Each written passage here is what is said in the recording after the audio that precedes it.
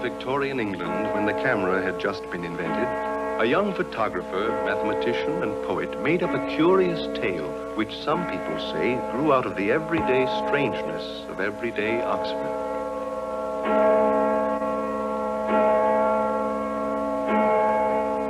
One morning, the Vice Chancellor, who would never have been bothered by anything as frivolous as photography, walked directly in front of Dodgeson's lens, obviously concerned with a matter of the highest importance. Oh, you're engaged. Forgive me one moment. Ah, beautiful spot. I'm only too pleased to help, and I'm in this... Exactly, my dear sir. Good morning. Oh, good morning. Well, Francis? A small matter, Henry, a small matter. Nevertheless, I detect the sound of distant thunder. It is my distasteful duty to speak of Dodgeson again. Oh, he's been attending the theatre in London. I gave him permission. Come, Francis. It all depends which way you want to go. You like duchesses, he prefers the theatre. In his case, an innocent diversion. He has many. Including the writing of ribald verse under a nom de plume. Ribald? For a man who hopes to wear the cloth, very. His latest literary impertinence is a poem, if you please, addressed to the Queen, suggesting that the bell, our bell, Great Tom, be removed after 200 years. Where's it being published? It hasn't yet. For all we know, he was planning to recite it to the Queen when she arrives. A man's mad, downright dangerous. Judge for yourself. How did you come by this? Oh, it found its way to me. Such things often do, somehow. Shall we send for him? No, I'll attend to it presently. Presently? The Dean was clearly a more patient man than the Vice Chancellor. He's out there capering with your children. Well, if it's a choice between capering with the children, thought the Dean, or hopping about with the Vice Chancellor, I can't say I really blame Dodgeson. Still Alice. Alice? my nose. There are no flies in China. Dragons, griffins. Now, conceal the string in the grass, just as we planned. And I then take my place among you heathens. So, I now count 10. That is, I shall grunt 10 times under my breath, precisely as we practiced it. You ready? But, Mr. Dodgeson... No buts, no changes. Eyes on the lens. Ready?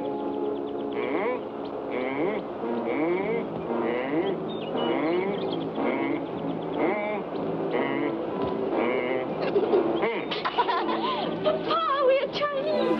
Mr. Dodgeson found these costumes for us like a real theater. Will Alice move? I never do. Run along, children, run along. Yes, Papa. But Mr. Dodgeson promised to take us rowing. Don't you want him to keep his word? You're not supposed to ask questions. You're to answer yes, Papa. But he didn't ask me anything. Doesn't matter. Charming costumes. Yes, they were lent me by a theatrical friend. Ah, yes, quite so. Interesting hobby, photography. Very exact science, sir. Or it will be. The Dean wants something, thought Dodgeson. Just a moment, Dodgeson. I want a word with you. What have I done now? When the good Dean begins to purr like this, Dodgeson was certain that the pompous rabbit of a Vice Chancellor was mixed up in it somehow. I gather you've been thinking of leaving Oxford. Oxford's an anchor, you know, Dodgeson. Without it, you may be battered by the four winds. I should be very sad indeed to think of your drifting away without once stopping to think how in the world you could ever get back again. But perhaps you don't feel like that. Oh, yes, I do. Or are the children becoming tiresome? On the contrary. I don't want to leave Oxford. Only... Only? Nothing ever changes here. If it did, it wouldn't be Oxford any longer. Great Tom, for example. I gather you'd suggest some change there. You know, it was a gift from Charles II. Charles II hasn't personally been disturbed by it since 1685. You consider it a noisy nuisance? Well, everyone does. Everyone says so in private. But we haven't the courage to tell the sovereign. Exactly, sir. And I think somebody should, after 200 years. Very well, then. You tell her yourself when she visits us next week.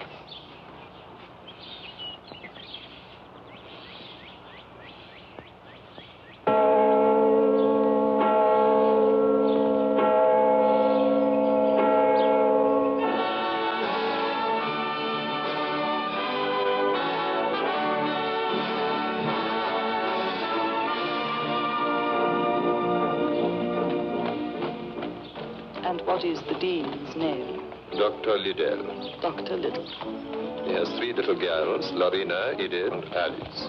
Lorena, Edith, and Alice. He writes Greek lexicons and has a collection of incunabula in his library.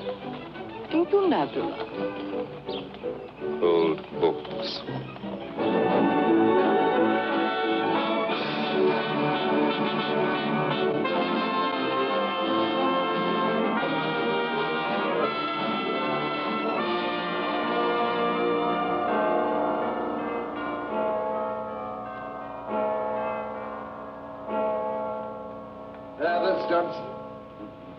Not a bit, sir. Liddle. Mrs. Liddle wishes you to come at once. Most important. It concerns the arrangement of the towns. And by the way, I think it would be more orderly if the children remained in their rooms.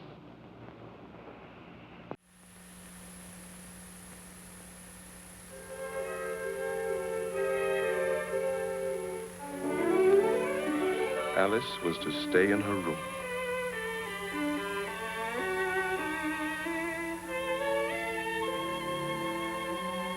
Alice Liddle wouldn't have dared even to think of defying her father.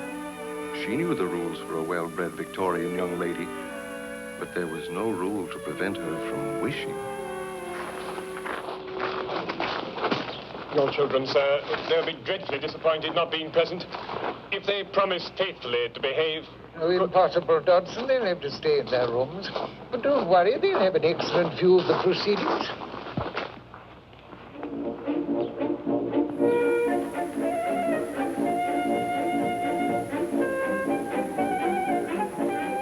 Dodgeson had to make amends to Alice somehow.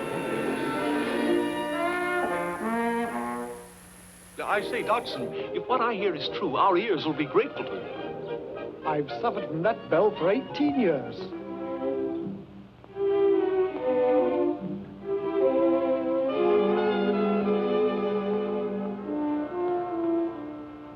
Alice?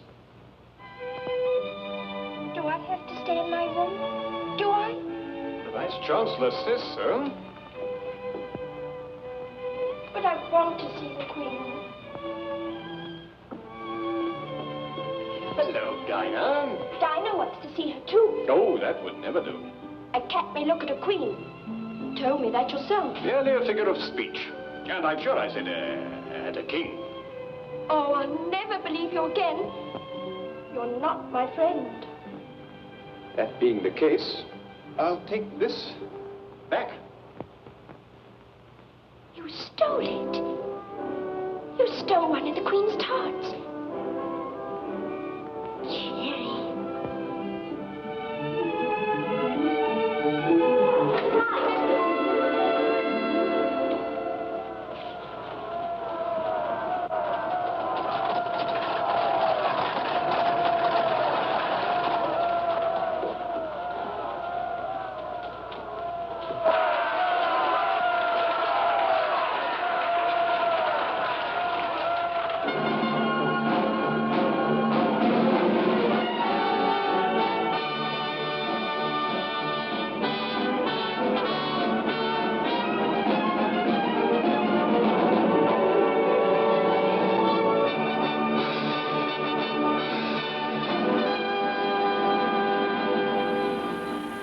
Your Majesty and Your Royal Highness, Christ Church is privileged to welcome you.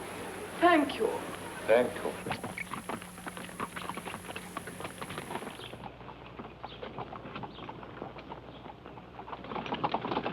May I present the Dean, Dr. Liddle? How do you do? And how are Lorena, Edith, and Alice, Dr. Liddle? Very well, thank you, ma'am. I'm honored that Your Majesty shows an interest in my children. May I present Mr. Smith of the Faculty Literary Humaniores? Our lecturer in mathematics, Mr. Charles Dodgeson. Otherwise known as Lewis Carroll. I've read some of your verse in the Illustrated News. Charming, perfectly charming. And what is the subject of your latest poem? Ma'am, it concerns tradition. It's a poem about the bell. Our bell of Christchurch. Great Tom. Yes, that magnificent bell. It is stimulating to know that come what may, Great Tom will ring throughout the ages. Most impressive. It is impressive, isn't it? Most impressive. Come to think of it, nothing quite so impressive in the whole university as the voice of Great Tom, is there? Yes, ma'am. Most impressive. The challenge had come, and Dodgeson had not met it. Should I have said something, or shouldn't I? Will honor us at tea. Ah, tea. We shall be very pleased. And after that, we should like to go to the library and see your collection of incunabula. Should I? Shouldn't I? The queerest thoughts danced through Dodgeson's mind. Will you walk a little faster, said the whiting to the snail. There's a porpoise close behind us, and he's treading on my tail. See how eagerly the lobsters and the turtles all advance. Will you, won't you, will you, won't you join the dance? But Dodgeson felt too ill at ease to join the Queen's tea party. Unobserved, he stole away.